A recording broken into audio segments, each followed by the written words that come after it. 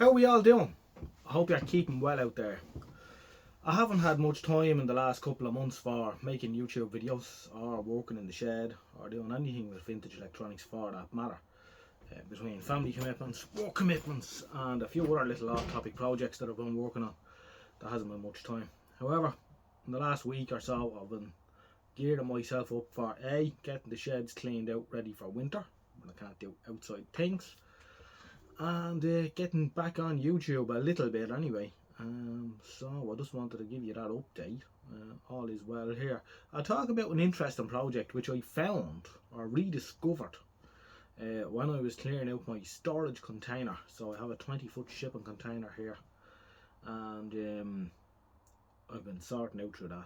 A lot of stuff in there needs to go in the bin, which should have went years ago when we moved, but it was put on the long finger to sort all this out at another date. That date has finally come 5 years later, and in amongst all this stuff was this particular television which I never gave much regard to at the time.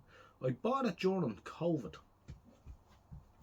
and I think the only reason I bought it was to get out of the house for a few hours, and it was down in Limerick. So it was a good spin from where I live, probably about two hours, maybe 2.5 hours down to it. And it was a radio rentals television. A little bit odd. How did it end up in Ireland? It's from the late 1950s, and they're quite rare because most of them got smashed up by radio rentals. I don't think they had much of a policy for selling ex-rental stuff at that time. So this is one that slipped through the net. Maybe others will know. Very little information out there on the interweb about the television. It's a 21 inch with a 70-degree tube, so it's big. And we have it here, so we're going to have a look at it. I'll just give you a little look around the workshop, although it's still very, very messy. This is the new TV shop, which we're sorting out. We also were holding on to the normal workshop, which I've done all my videos in for the last 5 years, 6 years now, as well. So we're sorting that out too. So between the two, this is the new place, and it consists of a little, what this is going to be sort of a television shop front eventually, with the workshop and storage in the back. So it's divided into two. It's a 12-foot by, I think it's 24-foot shipping container, or not shipping container, a site office. So it was originally a porta-cabin for a building site. My brother-in-law gave me this a couple of years, last year. He got off a building site that he was working on. It was due to get decommissioned with the bucket of an excavator, but he saved it. Now it's not great. It's probably got a couple of years left in it. It was built in 1986, and these porta-cabins really only have a life of about 10 years. So we're a bit past that now. But it'll do me for now, and when the time comes we might splash out and buy a half decent one. So I'll give you a look around some of the stuff that I have on the shelves. I'm sure some of you will have noted, let me zoom in there a bit, my very nice Panasonic sign. Now, it wasn't originally illuminated, it was just an LED bar, but it just lights up really nice. I bought this at the Goulburn, and the last time I was there, I think I gave your man £2 or £3 for that. I just quite liked it, but I discovered that it lights up really nice with a little bit of a backlight. Let's turn off the light to see how well that looks. Oh, look at that. Isn't that lovely? Isn't that a lovely thing? And another electronics related sign that I have here is my illuminated infinity mirror Maxell audio tape sign, which I'm very fond of. So he hangs proudly on the wall there. And I have my TV VCR repair available here sign, which Kevy B from the live stream sent me some time ago. So that sits proudly on the door of the workshop. Let's turn the light back on. So there's lots of radios and things here on the shelves. The shelves will be sorted out into a sortable display. Might be a few bits that I will be selling in time. Some hi-fi muck, which the arse has fallen out of the hi-fi stuff as far as I can see. And these record boxes as well. aren't as popular as they once were. It's a 22, everyone knows those.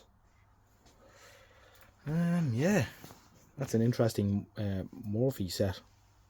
Or is it Echo? I can't remember now off the top of my head. But it is an interesting set which I want to get going. Oh, and a Sony Watchman.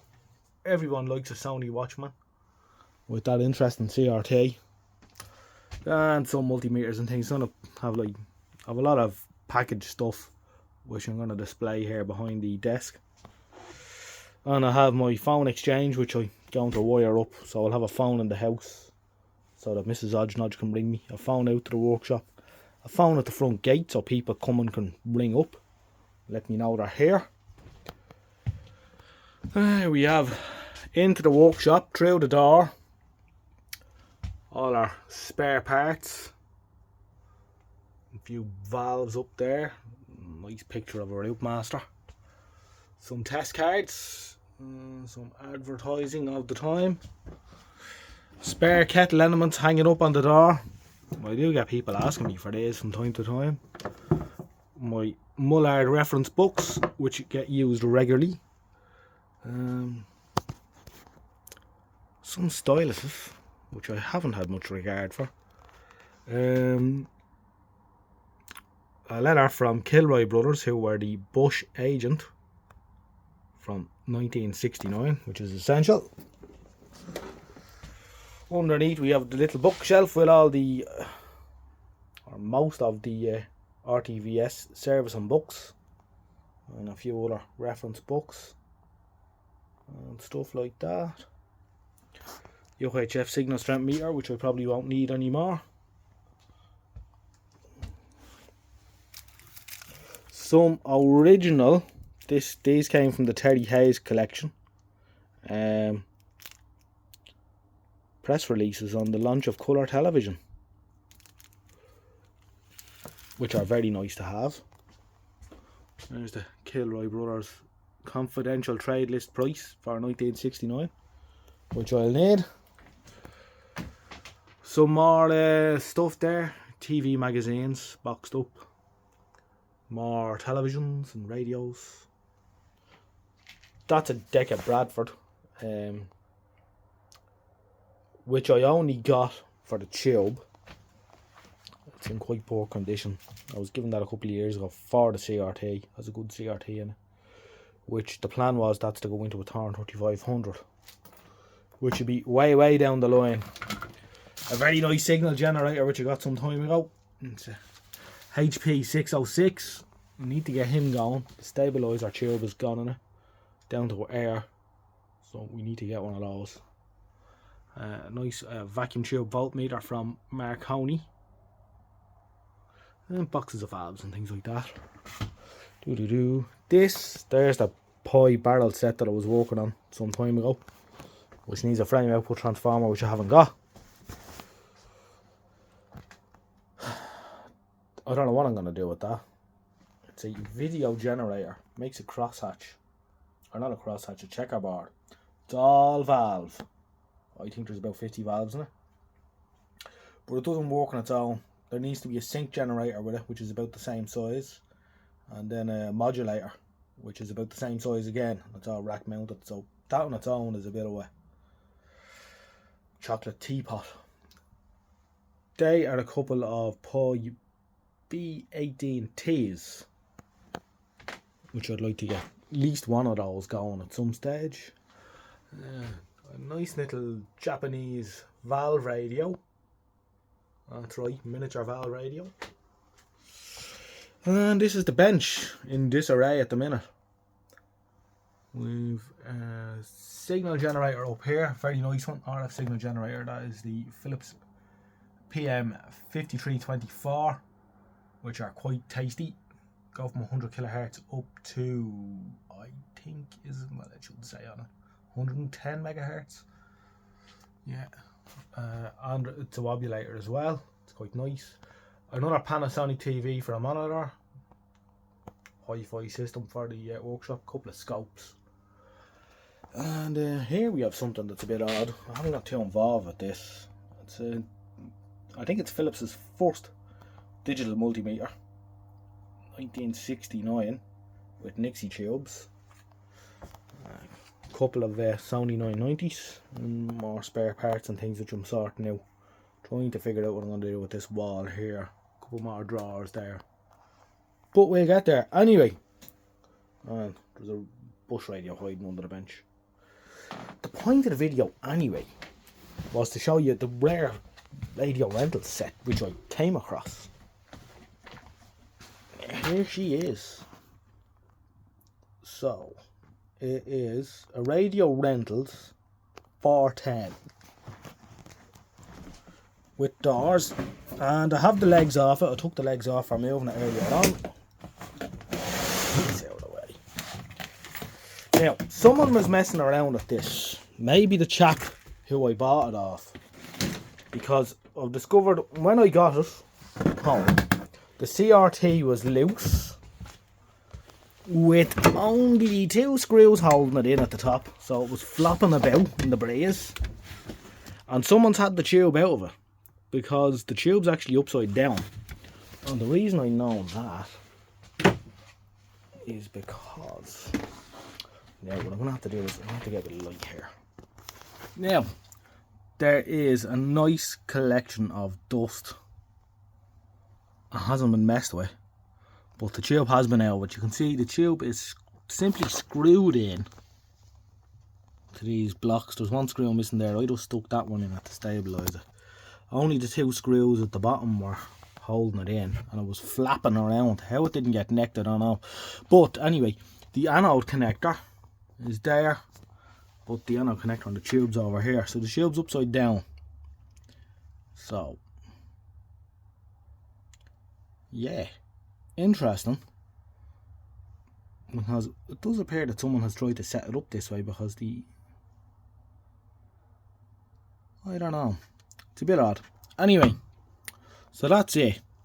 There's 2 speakers in it.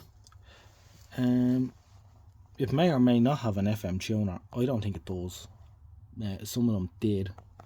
That's the line stage there. There's the lid. We can see there's a sign there somewhere that says the Type 410 blah blah blah blah blah blah blah. And there's the controls there for the holes, brilliance and height. So contrast is on the front. So that's it. Now it says something there, right? This is the interesting thing. Or possibly interesting. The little sticker there that says something about purchase, but it's broken. And then of course there's the red sticker that says property of Radio Rentals Limited, not for sale, renting model 410, and the serial number. Anyway, 21-inch tube, 1958, selenium rectifier, which would probably be a bit sad. Is she worth trying to wake up? There's a few valves missing out, a few holes, so we'll have to figure that out. I think some of the valves are rattling around inside it, but I'm sure we'll get there. Anyway, I'll leave it at that for now. I might, if time allows in the next couple of days, try and wake this up, and that'll be a video. Anyway, thanks for watching. I'm still alive, I'm still here, and we're getting there, and we'll catch you in the next one soon.